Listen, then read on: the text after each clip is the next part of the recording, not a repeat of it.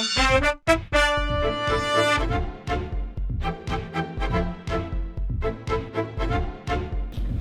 my name is Gilbert Martinez, old 80s captain from the California Bushmasters.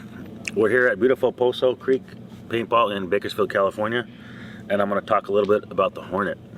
The Hornet was made by a guy named Paul Vasquez, and he didn't play a lot, get out that much, but when he did, he'd come to our home field over in Lopez Canyon, a field called Southern Comfort, owned by Steve Busick of the Red Line.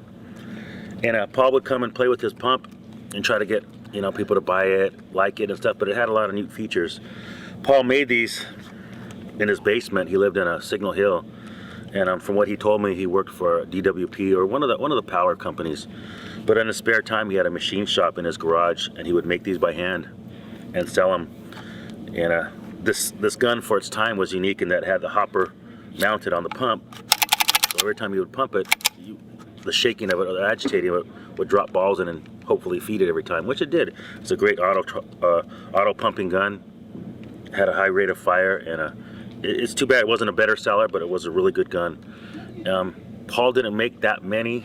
A couple of the regular players here at Southern Comfort bought his markers, and he made them stainless steel models, beautiful markers. But this is the Hornet. I don't know much more about it than that, though. Paul was a great guy. Didn't see him that much and stuff. He loved to play himself, and hopefully his marker would have been more successful, but it just had a tough competition at the time. What year? What year? I want to say I used to see Paul about 87, 88, up to 89, maybe close to the 90s. He would come out and play there a couple times a year, not that much. But he was a real good guy. He was a real good guy, real honest player and stuff like that.